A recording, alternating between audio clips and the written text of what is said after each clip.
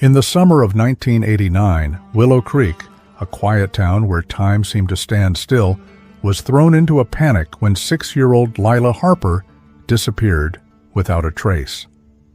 On a sunny June afternoon, she had been playing in her backyard, her loyal dog Scout always by her side. But when her mother, Marlene, called her in for lunch, Lila was nowhere to be found. The last place anyone saw her was under an old willow tree, a spot she often used as her secret haven. Despite an exhaustive search, no clues were left behind, and the mystery of Lila's disappearance would haunt the town for 6 long years. But what no one expected was the chilling discovery that would emerge in the spring of 1995. Before we dive into this story, we would like to know where you are watching from. Let us know in the comment section, and if you enjoy stories like this one, hit the like and subscribe button now. The spring air in Willow Creek carried the scent of fresh earth and blooming dogwoods when Scout began to bark, not his usual lazy afternoon woof, but a frantic, desperate sound Marlene Harper hadn't heard from the aging retriever in years. Through the kitchen window, she watched him pawing frantically at the soil beneath the old willow tree, his golden coat catching the morning light. "Scout," she called, pushing open the screen door. "What are you doing, boy?" The dog didn't respond, didn't even look up. His paws tore at the ground with singular purpose, dirt flying behind him like a machine. As Marlene crossed the yard, memories flooded back. Memories she'd spent 6 years trying to bury as deeply as whatever Scout was determined to unearth. She knelt beside him, her knees sinking into the damp soil. "Easy, boy," she whispered, reaching to pull him back. Then she saw it, a corner of rusted metal peeking through the disturbed earth. Her breath caught. With trembling fingers, she brushed away the remaining soil, revealing a small tin box, the kind children use to store treasures. The hinges creaked as she opened it, revealing contents that made her heart stop. A lock of blonde hair tied with a faded pink ribbon, a Polaroid photo with the corner torn, and a folded piece of lined paper, words written in purple crayon in the uneven handwriting of a child. "If you find this, I'm not lost. I'm hiding. Don't let him find me." 6 years earlier, in that exact spot, 6-year-old Lila Harper had vanished without a trace. Marlene's scream pierced the quiet morning, echoing across the yard that had swallowed her daughter without a sound. The truth had been buried right beneath her feet for 6 years, and it was far more disturbing than anyone could have imagined. Willow Creek, Oregon wasn't the kind of place where children disappeared. Nestled between rolling hills and dense pine forests, the town of 3,000 prided itself on unlocked doors, and children who played outdoors until sunset called them home. Everyone knew everyone, their histories, their secrets, their daily routines. The Harpers had moved to town in 1986 when Tom's construction company landed the contract to build the new elementary school. Marlene found work as a nurse at the local clinic, and little Lila, with her gap-toothed smile and perpetually skinned knees, quickly became the neighborhood's darling. "She's got old soul eyes," Mrs. Burnett from next door would say, watching Lila arrange pine cones in intricate patterns beneath the willow tree. "That child sees things the rest of us miss." The willow had been Lila's sanctuary from the moment they moved in. Its sweeping branches created a natural tent, a secret world where she would spend hours talking to herself, to Scout, to imaginary friends who populated her vibrant inner world. Scout had been a gift for Lila's 4th birthday. The golden retriever puppy and the little girl had formed an instant bond. Where Lila went, Scout followed, a faithful shadow with liquid brown eyes and endless patience for tea parties and dress-up. "That dog loves her more than he loves himself," Tom had remarked once, watching Scout let Lila adorn his head with a crown of dandelions. The morning of June 12, 1989 began like any other. Marlene made pancakes shaped like animals. Tom drank his coffee while reading the newspaper. Lila fed Scout pieces of bacon under the table when she thought her parents weren't looking. "Going to be hot today," Tom said, kissing Marlene's cheek as he grabbed his lunch pail. "Don't let Lila stay out in the sun too long." He ruffled his daughter's blonde hair. "Be good for Mom, Princess." "I will, Daddy," Lila promised, maple syrup glistening on her chin. "I'm gonna build Scout a castle under the willow tree." Those were the last words Tom would hear his daughter speak. The morning passed peacefully. Marlene tended to her garden while keeping an eye on Lila, who was arranging stones in a circle beneath the willow, Scout lying beside her. At 11:30, Marlene went inside to prepare lunch. 20 minutes, that's all it took. 20 minutes during which she chopped vegetables for a salad, sliced bread for sandwiches, and poured lemonade into Lila's favorite cup with the butterflies on it. "Lila," she called from the back door. "Lunchtime, sweetheart." No answer. "Lila Harper, don't make me come looking for you." Still nothing. Marlene stepped into the yard, irritation quickly giving way to unease. The willow tree stood silent, its branches undisturbed. The circle of stones remained, but Lila was gone. "Lila!" she called again, panic rising in her voice as she circled the tree. "Lila!" Scout lay at the base of the tree, whining softly, his eyes fixed on Marlene, as if trying to tell her something. Marlene ran to the front yard, scanning the quiet street. No sign of her daughter. She checked the garage, the basement, every closet in the house. Nothing. With shaking hands, she dialed Tom's work number, then 911. "My daughter's missing," she told the dispatcher, her voice breaking. "She was just in the backyard. She's only 6. Within an hour, the peaceful neighborhood transformed. Tom arrived home, his truck skidding into the driveway. Neighbors formed search parties, combing through nearby woods, checking sheds and garages. Police officers took statements, examined the yard, questioned the Harpers about possible enemies, custody disputes, anyone who might want to harm their family. "Nobody," Marlene insisted. "Everyone loves Lila." As darkness fell, the search intensified. Flashlights danced through the woods like fireflies. Helicopters circled overhead, their searchlights cutting bright swaths through the darkness. Scout was brought to sniff Lila's pajamas, then led handlers on a frantic circling path that always returned to the willow tree. "It's like she just vanished," one officer said to another, not realizing Marlene stood close enough to hear. That first night without Lila, the Harper house echoed with an unbearable silence. The butterfly cup sat untouched on the counter. The sandwich Marlene had made dried out, crusts curling. Tom paced the floors, calling everyone he could think of, demanding answers no one had. As midnight approached, Marlene found herself drawn to the backyard. The search teams had gone, promising to return at first light. She sank to her knees beneath the willow tree, her daughter's last known location. Scout crept to her side, his head heavy on her lap. "Where is she?" Marlene whispered to the dog, to the tree, to the night itself. "Where is my baby?" Scout lifted his head and howled, a sound so mournful it seemed to carry all the grief in the world. Seasons changed around the unchanging willow tree. Summer heat gave way to autumn chill, then winter's frost, then spring's tender green.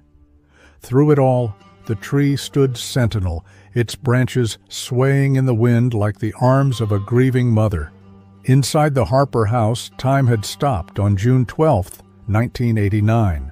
Lila's room remained untouched, her stuffed animals arranged on her bed, her clothes still hanging in the closet, waiting for a child who never came home. Marlene couldn't bear to put anything away. "She might need it when she comes back," she would say, whenever Tom suggested packing some things up.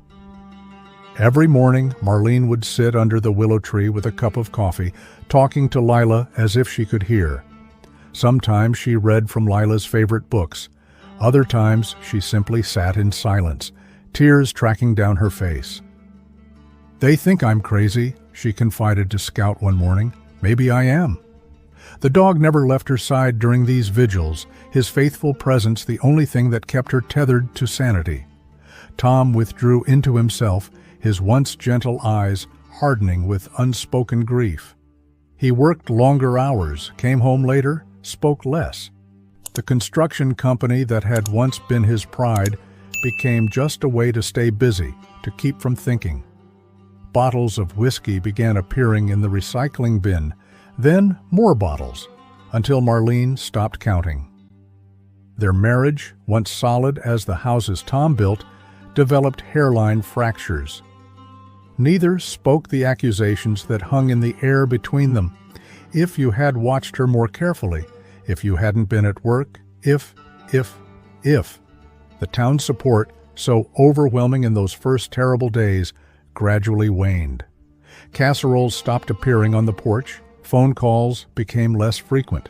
People crossed the street rather than face the awkwardness of not knowing what to say to the parents of the missing girl. Whispers began. Perhaps the Harpers weren't telling everything. Perhaps Lila had been unhappy. Perhaps. The search for Lila continued, but with diminishing resources and fading hope. Police followed leads that led nowhere. Psychics offered visions that yielded nothing. Lila's photo appeared on milk cartons, on posters, in newspapers. Her gap-toothed smile became a ghostly presence in living rooms across America, one more lost child among many. Strange occurrences fed the town's growing unease. Children reported seeing a blonde girl watching them from the edge of the woods. A clerk at the general store swore Lila had come in asking for candy, then vanished when he turned to get it. Old Mrs. Burnett claimed she heard a child singing beneath the Harper's willow tree at midnight. Scout developed his own rituals. Each night he slept under Lila's bed.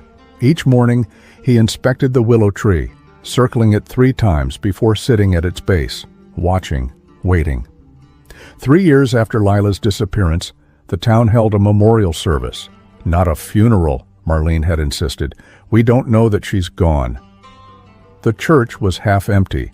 Those who came spoke in hushed tones about closure and moving on. Marlene sat stone-faced in the front pew, Scout at her feet. Tom sat beside her, but the space between them might as well have been an ocean. What do you think happened to Lila? Share your theories below. That night, Tom packed a suitcase. "I can't do this anymore," he said, standing in their bedroom doorway. "Living with her ghost, watching you fade away too." "She's not a ghost," Marlene said flatly. "She's our daughter." "Was," Tom corrected, his voice cracking. "Past tense, Marlene. We have to accept that." "You go ahead and accept whatever you want." Marlene turned away from him. "I'll be here when she comes home." Tom's goodbye was quiet, just the soft click of the front door, the sound of his truck starting, fading into the distance. Scout watched from the window, but didn't bark. Marlene didn't cry. She'd used up all her tears long ago. She and Scout remained in the house, unable to leave the last place Lila had been seen.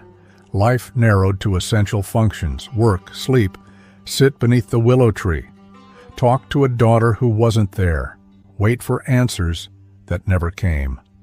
Spring 1995 brought the approach of the 6th anniversary. Willow Creek had changed in subtle ways.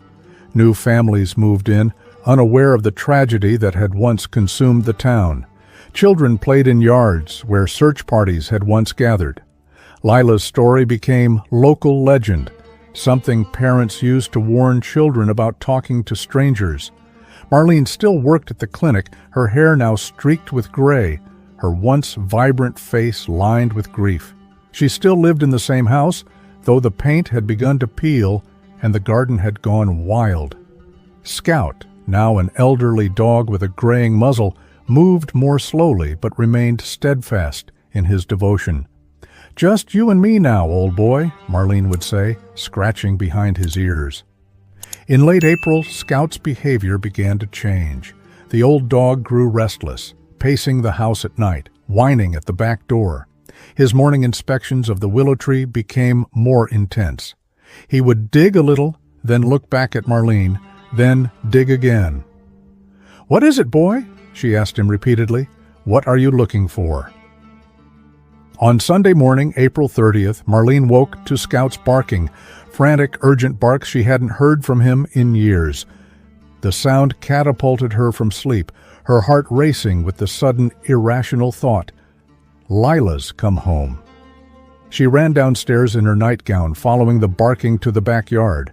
Scout stood beneath the willow tree, barking at the ground, then digging with a desperate energy that belied his age. "Scout, stop!"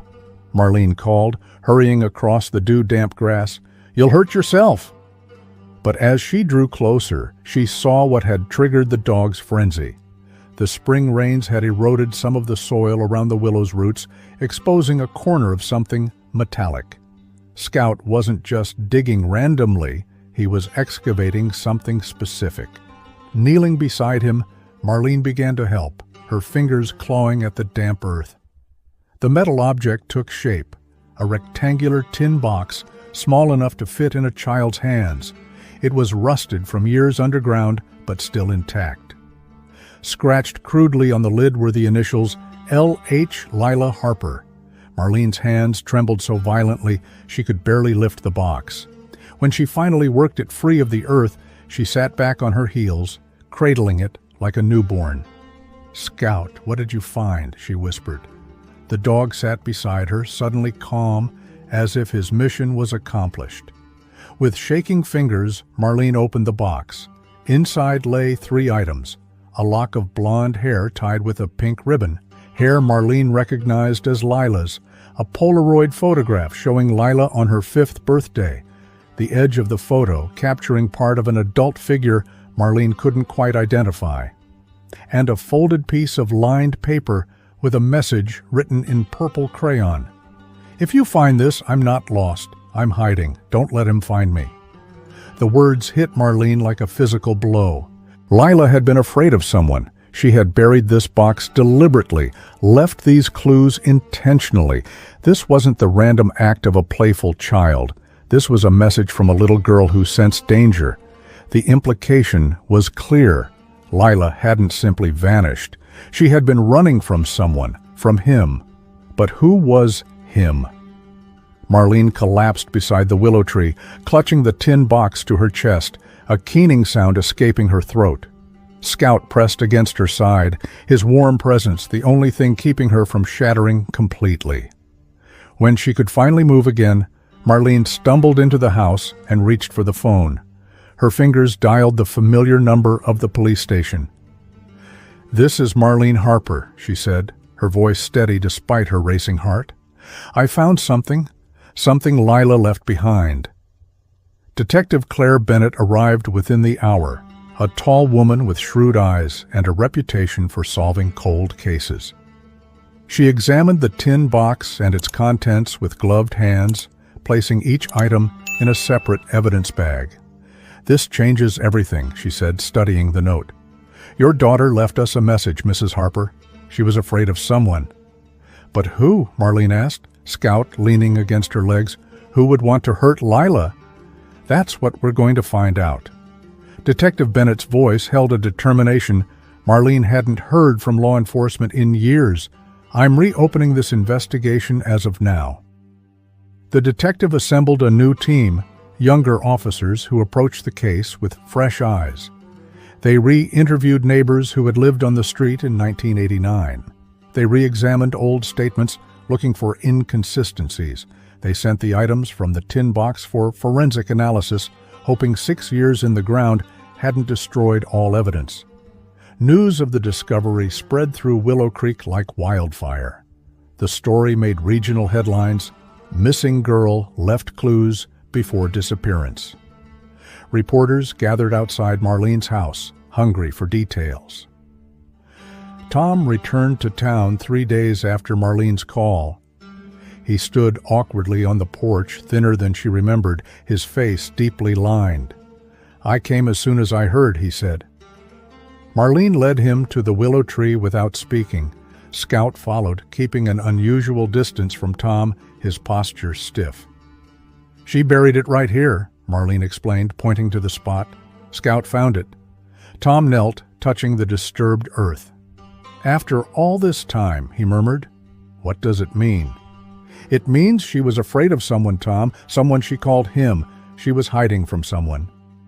Tom's face paled. Who would want to hurt our little girl? Marlene studied her ex-husband, noting how his hands trembled slightly. I don't know, but Detective Bennett is determined to find out. If you're captivated by mysteries like this one, subscribe and tell us where you're watching from. That afternoon, Detective Bennett arrived with news. We have a witness, she said. Tyler Weber. He was 5 in 1989, lived 2 houses down.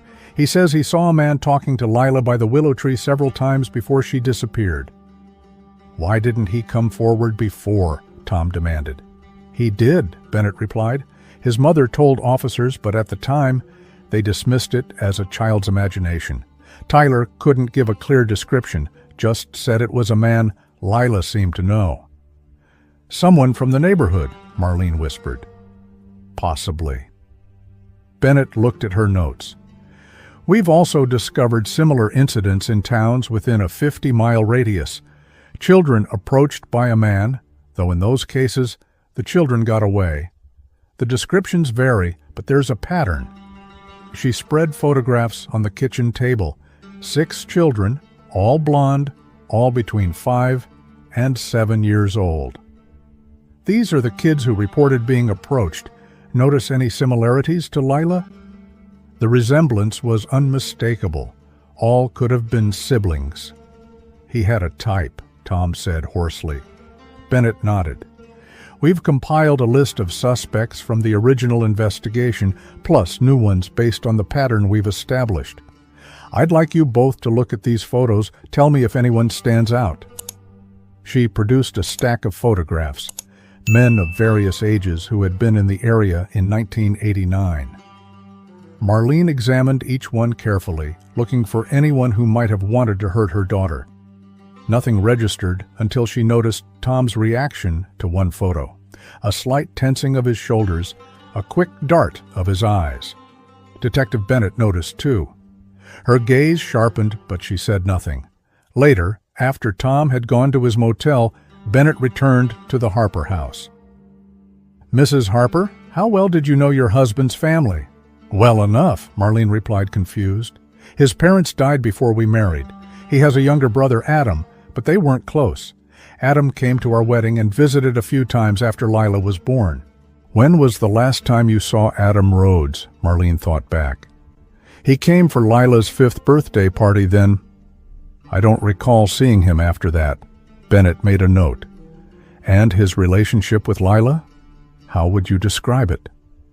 Normal, I guess. He brought her presents, played with her. Marlene paused, a memory surfacing. Lila called him Uncle Fun because he always had candies in his pockets. Scout, who had been sleeping by the fireplace, suddenly raised his head and growled, as if the mention of Adam's name had triggered something. Is there something about Adam I should know? Marlene asked. Bennett's expression revealed nothing.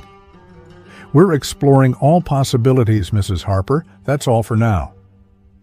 After the detective left, Marlene sat alone in the dimming light, Scout's head in her lap. Something about the conversation had unsettled her deeply. The way Tom had reacted to that photograph, Bennett's questions about Adam, Scout's unusual reaction. For the first time in 6 years, Marlene felt something stir beneath her grief, a determination to uncover the truth, whatever it might be. The next morning, Marlene climbed into the attic, a space she hadn't entered since before Lila's disappearance. Dust motes danced in the beams of light streaming through the small window. Cardboard boxes labeled in Tom's neat handwriting lined the walls. Christmas, tax records, photos. She pulled the photos box toward her and began sifting through albums, wedding pictures, baby pictures of Lila, family vacations. She was looking for something specific, though she wasn't sure what, until she found it, Lila's 5th birthday party. The photos showed a smiling Lila in a princess crown blowing out candles on a cake shaped like a castle. Friends from preschool gathered around, paper hats on their heads.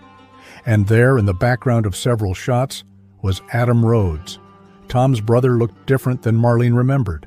Taller than Tom, with the same dark hair but sharper features. In most photos, he stood slightly apart from the group, watching Lila with an intensity that, in retrospect, seemed unsettling. One photo in particular caught Marlene's attention. Adam kneeling beside Lila as she opened a present, a pink jewelry box that played music when opened. His arm was around her shoulders, his face close to hers. Lila looked uncomfortable, leaning away from him slightly. How had Marlene never noticed that before? She flipped through more photos, now seeing patterns she'd missed. Adam always positioned near Lila, Adam watching her. Adam offering candy, toys, attention. Marlene gathered the photos and hurried downstairs to call Detective Bennett. As she reached for the phone, it rang, startling her. "Mrs. Harper, it's Claire Bennett. I need you to come to the station. We have some new information." At the police station, Marlene found Tom already there, sitting stiffly in a chair outside Bennett's office. He didn't meet her eyes. Bennett ushered them both into a small conference room. "We've been investigating Adam Rhodes," she said without preamble. "He left Willow Creek abruptly in June 1989, right after Lila disappeared." "Adam?" Tom's voice cracked. "Why are you looking at my brother?" "Because he matches the description given by children in other towns, because he moved away suddenly with no forwarding address, and because—" Bennett slid a document across the table. "He changed his name and appearance shortly after leaving here. The paper showed a driver's license for a Daniel Richards, but the photo was unmistakably Adam Rhodes, though with dyed blonde hair and glasses." "He's been living in Gresham, about 200 miles from here," Bennett continued, "working as a school janitor." Marlene felt sick. "Near children," Bennett nodded grimly. "We've connected him to 3 other cases of children being approached by a stranger, all blonde girls around 6 years old. None disappeared, but all reported a man offering them special toys if they'd go with him." "This is crazy," Tom protested, but his voice lacked conviction. "Adam he couldn't—" "Tom," Marlene interrupted, pulling out the photos she'd found. "Look at these. Really, look at them. Look at how he's watching her." Tom's hands shook as he examined the pictures. His face crumpled. "Oh, God," he whispered. "I didn't want to believe—" I couldn't let myself think. "You suspected him," Marlene said, realization dawning. "All this time, you suspected your own brother." Tom's shoulders sagged. There were signs, things I noticed but didn't want to see. How he'd offer to babysit Lila, how he'd bring her gifts for no reason, how he'd get her alone whenever he could. He looked up, his eyes swimming with tears. "After she disappeared, I found a photo in his apartment, Lila sleeping. I confronted him and he said he'd taken it when she fell asleep at our house during a visit. He seemed so normal, so concerned. I told myself I was being paranoid." "Why didn't you tell the police?" Bennett asked, her voice hard. "He's my brother," Tom said simply, "and I had no proof, just feelings, suspicions. When he moved away so suddenly, those suspicions grew. I started drinking, couldn't face Marlene, couldn't tell her I thought my own brother might have taken our daughter." Marlene stared at her ex-husband, a man she'd once shared everything with. "You let me think she might still come home," she said, her voice breaking. "You let me hope when you suspected all along." "I wasn't sure," Tom insisted. "I'm still not sure. Adam always called Lila his special girl, but that could have been innocent. The timing of his move could have been coincidence." "There's one way to find out," Bennett said. "We've located Adam, or Daniel, as he calls himself now. Officers are bringing him in for questioning, and we've obtained a warrant to search his home." She hesitated, then added, "We found something else. The hair in Lila's tin box, it's not hers. The DNA doesn't match samples we have from her hairbrush. It's male hair, dyed blonde." Marlene's blood ran cold. Adam's hair. Bennett nodded. We believe so. Lila may have taken it as evidence, proof of who was frightening her. Tom covered his face with his hands. All these years, he whispered. All these years, and the answer was right in front of us. Adam Rhodes sat in the interrogation room, his posture relaxed, almost bored. The blonde hair from his fake ID had grown out, revealing his natural dark color at the roots. He looked older than his 38 years, his face weathered, eyes cold.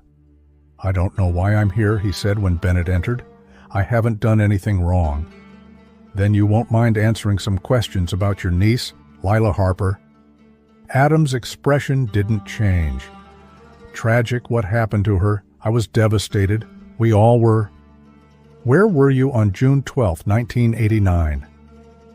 "That's a long time ago, Detective. I don't recall specifically." "Let me refresh your memory. That's the day Lila disappeared," Adam shrugged. "I was probably at work. I was a delivery driver back then." "Interesting. Your employer has no record of you working that day. In fact, you called in sick." Bennett laid out a series of photos, the children Adam allegedly approached in other towns. "Recognize any of these children?" "Should I?" "They all reported being approached by a man matching your description, a man who offered them special toys if they go somewhere private with him." Adam's composure slipped slightly. "Sounds like a coincidence. Lots of men look like me." Bennett placed the tin box on the table. "Do you recognize this?" For the first time, real emotion crossed Adam's face. Surprise, quickly masked. "Number should I?" "It belonged to Lila. She buried it before she disappeared." Bennett opened the box, removed the lock of hair in its evidence bag. This was inside. Male hair, dyed blonde. Just like you've been dyeing your hair since you changed your name to Daniel Richards. Adam said nothing, but a muscle twitched in his jaw. "We also found this." Bennett produced the note in Lila's handwriting. "If you find this, I'm not lost. I'm hiding. Don't let him find me." "She was afraid of you, wasn't she, Adam? She knew what you wanted to do to her." "This is ridiculous." Adam stood abruptly.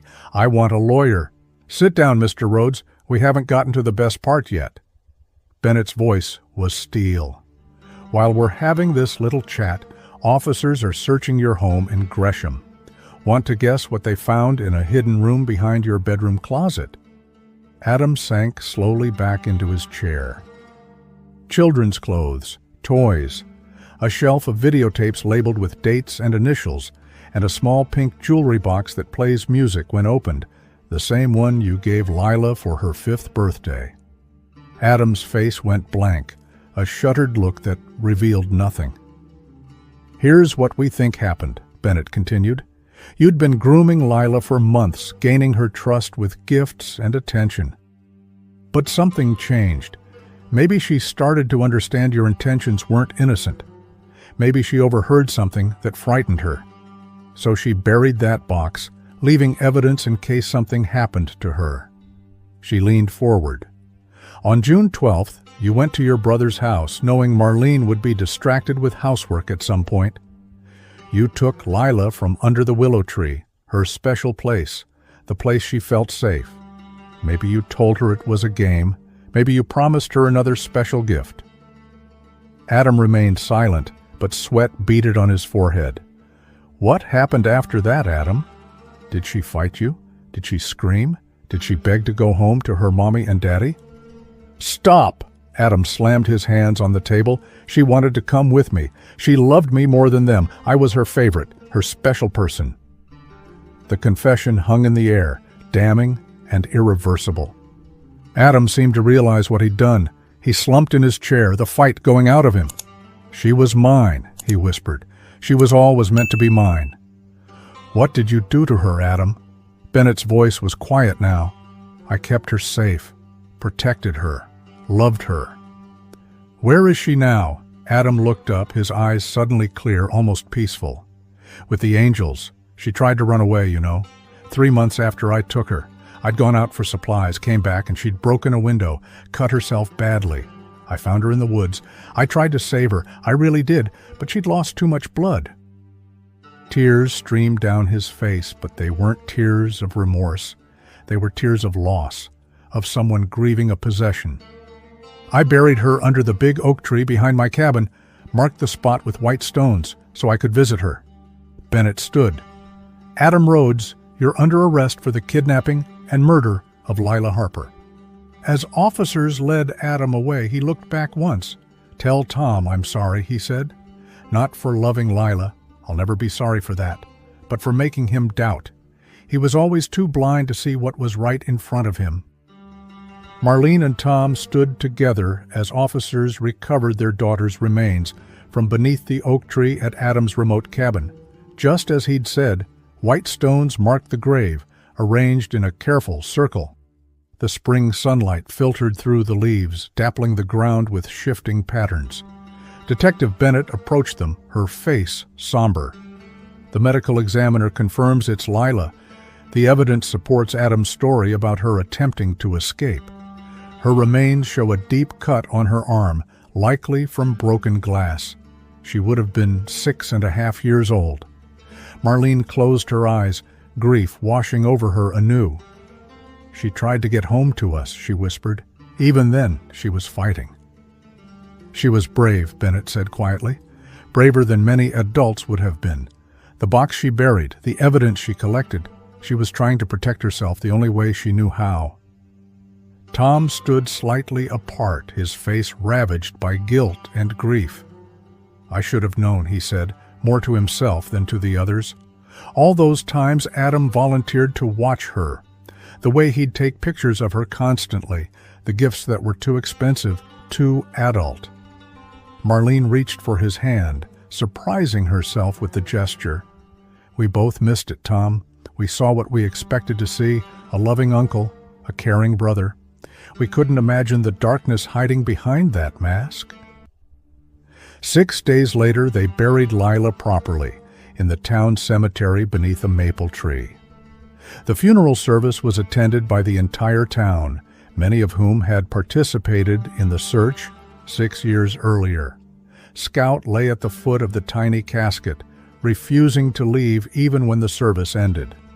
Marlene and Tom stood together as the crowd dispersed, united by grief but also by a strange sense of relief. Their daughter was gone, but the gnawing uncertainty that had consumed them for 6 years was finally over. "What will you do now?" Tom asked. "Stay here," Marlene replied. "This is where Lila is. This is where my memories are." "And you?" she asked him. Tom looked out over the cemetery, toward the hills beyond. "I don't know. Everything feels different now, like I'm waking up from a long nightmare." "You could come home," Marlene said softly. "Not to what we were before, that's gone. But maybe to something new, something honest." If this story kept you entertained, hit like and subscribe for more mysteries.